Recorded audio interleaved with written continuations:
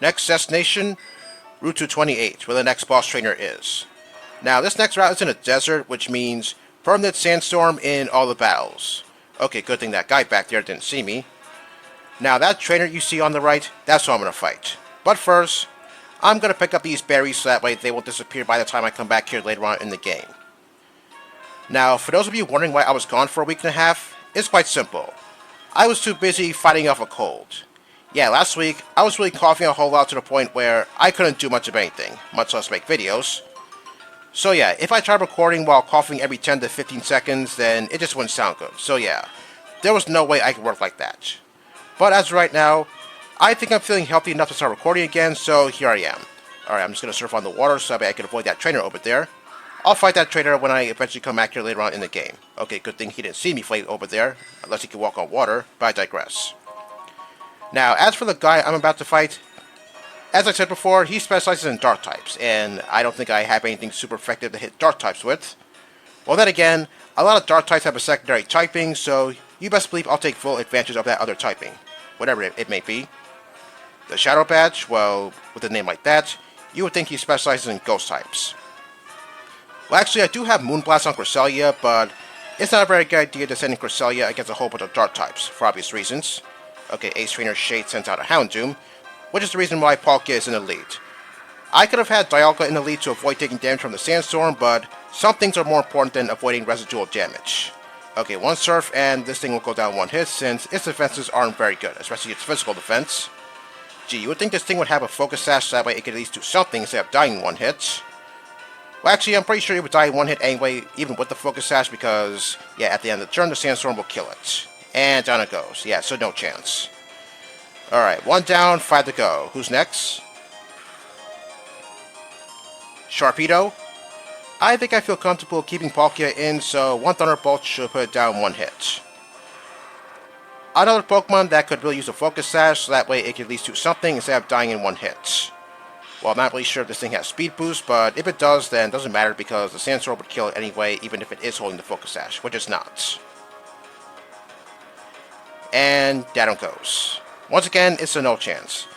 Yeah, 2 field Pokemon down in less than a minute. Alright, who is the next Pokemon? Tyranitar? Okay, this one could be trouble. I guess I'll keep Palkia in. I'm not going to send in Shaman because if Seaflare doesn't kill it, then I'm pretty sure I'm going to die to a Stone Edge, because I'm pretty sure it does have Stone Edge as one of its moves. Well, speaking of survivability, I'm pretty sure it's going to survive my Surf because, thanks to the Sandstorm, Tyranitar gets a special defense boost. Oh, yep, definitely. Oh, Stone Edge missed, that's good. Okay, after this turn's over, I'm pretty sure he's going to use a Full Restore because the last person I fought, yeah, he did use a Full Restore, so it's no surprise he's going to use a Full Restore as well. Okay, looks like Surf is going to put Tyranitar's HP back to where it was just a few seconds ago. Unless, of course, I get a critical hit, but the only time that ever happens is when I least expect it.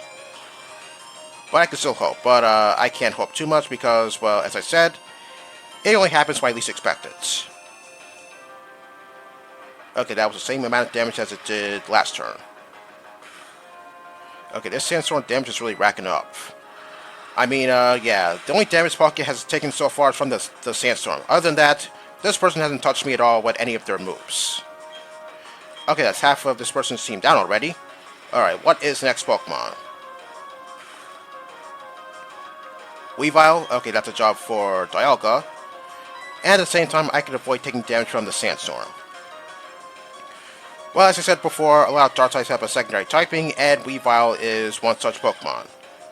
Once again, another Pokemon that could really use a Focus Sash, but once again, it's not holding a Focus Sash. Low Kick? Ouch, that's gonna hurt because I believe Dialga weighs about 1,500 pounds, so yeah, Low Kick is going to hurt a lot. Oh, yep, that was a lot of damage.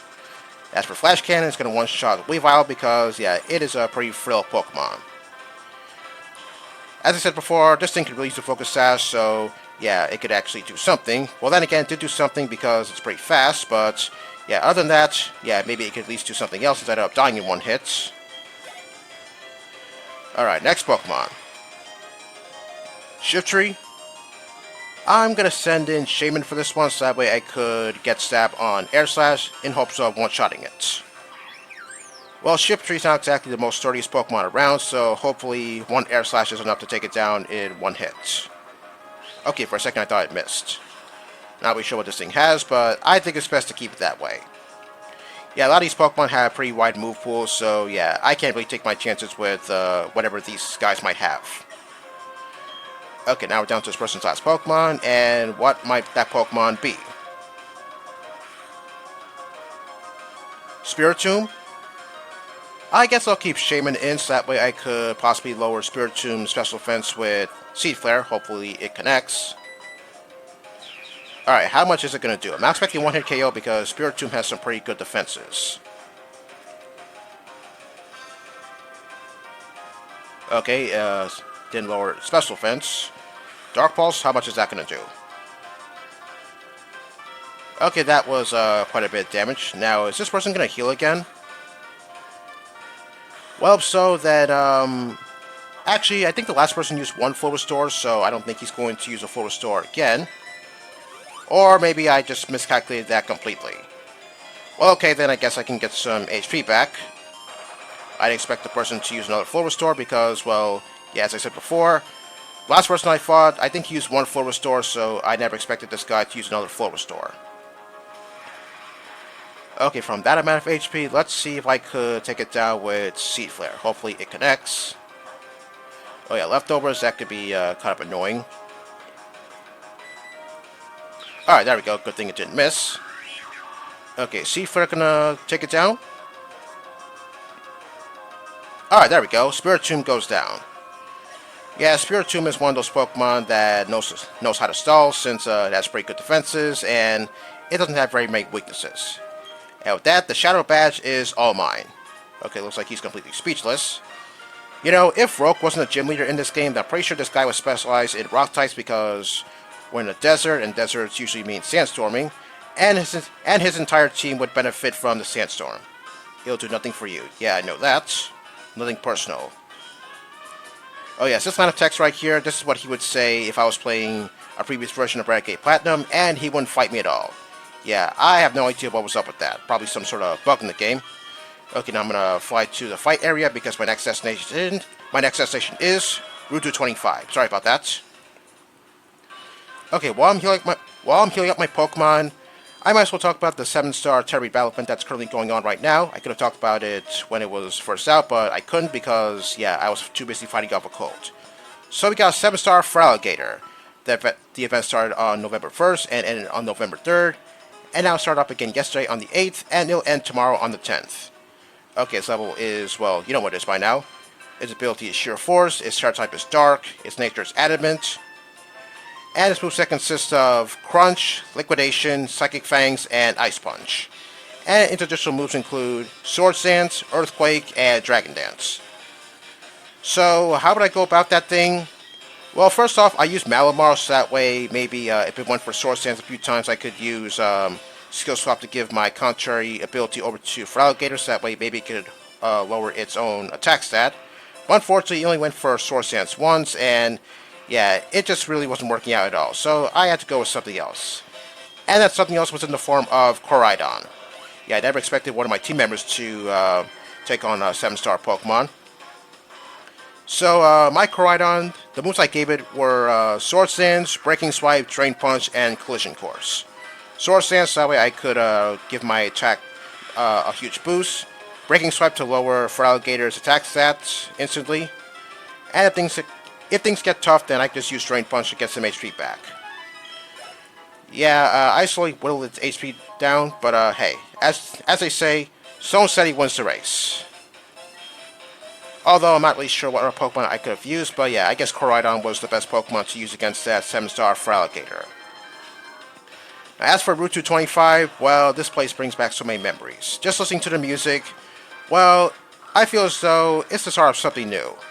Yeah, back when I played Diamond all those years ago, yeah, I guess I was really surprised to see Rattata of all things on this route because, well, admittedly, I didn't think I would see Pokemon from past generations in Diamond and Pearl.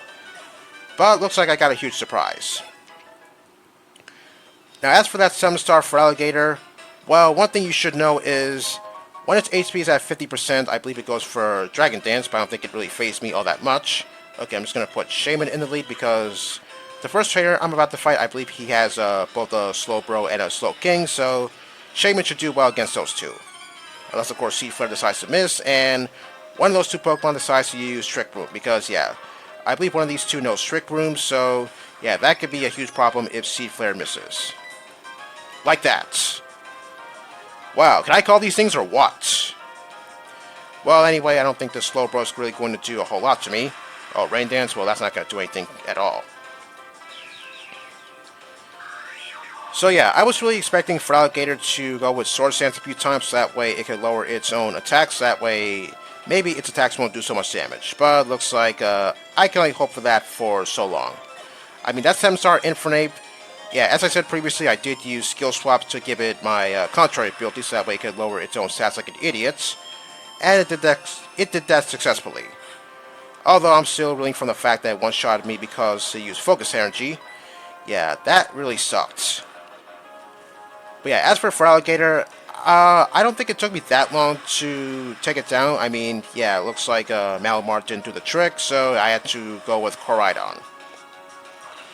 I'm not really sure what other Pokemon I could have used against that thing. Maybe, I don't know, low kicks? Okay, if Seafric could just stop missing. Okay, well, this Aura Sphere is not really doing that much damage. But still, I know Seed Flare's accuracy isn't so great. I think it's almost the same as Stone Edge's accuracy. But still, it really shouldn't miss all this much. Alright, there we go. It shouldn't miss all that much. There we go. Sorry about that. Can't talk today. So yeah, I'm surprised it went for Sword Stance only once. As for that thing where it gets rid of its stat reductions or gets rid of your stat modifications, I'm not really sure which one of those two it did first. Either one or the other. Yeah, I'm not too sure. I guess maybe, I guess I was too busy focusing on lowering its attacks, so that way, none of its moves do that much damage to me with Breaking Swipe. Okay, I'm going to put Cresselia in the lead because I don't think I really gave it much action as of late, so yeah, I might as well have Cresselia get in on the action. Now, as for the next 7-star Terrate Battle event, well, I'm not really sure what other Pokemon they could present to us. I can't really think of the other star Pokemon that haven't been presented yet. I mean, there's so many of them so far, so yeah, it's hard for me to keep track of which Pokemon has been presented in a 7-star Terrate Battle event. Well, it could be just about anything. Whether it's a fully evolved starter Pokemon or even pseudo-legendaries. Yeah, remember that 7-star Dragonite? Maybe I should replace Moonblast with Reflect, so that way Cresselia could be a little bit harder to take down, since if there's one thing Cresselia knows how to do, it's take hits. So yeah, I don't think Moonblast is really cutting it for me that much, since, well, if I want to hit something super effective, like say a fighting type, then I can just use Psychic, since after all, Cresselia has Stab on Psychic, so yeah, I don't think Moonblast is really going to do much for me. Oh, Pidgeot? If I'm not mistaken, I believe Pidgeot's ability is No Guard, because that's the ability of Mega Pidgeot. Okay, hopefully that Hurricane doesn't confuse me. Well, actually, I don't think Hurricane can confuse me at all in this game. Yeah, I guess I was worried about nothing. Although, I'm not exactly sure about that, because I haven't used anything in this game that knows Hurricane, so yeah, I could be wrong about that. Oh wow, I froze it. That's good.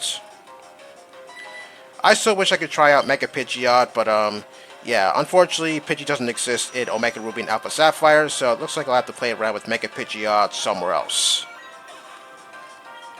Okay, there's one more trainer in this area, but I don't think I have enough time to fight that trainer, so I guess I'm going to have to save her for next time. Okay, what do you have to say?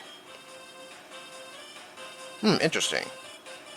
Actually, there are no female bird keepers in Hoenn, only males. Okay, so next time, what else? We're going to continue this little island challenge. See you next time.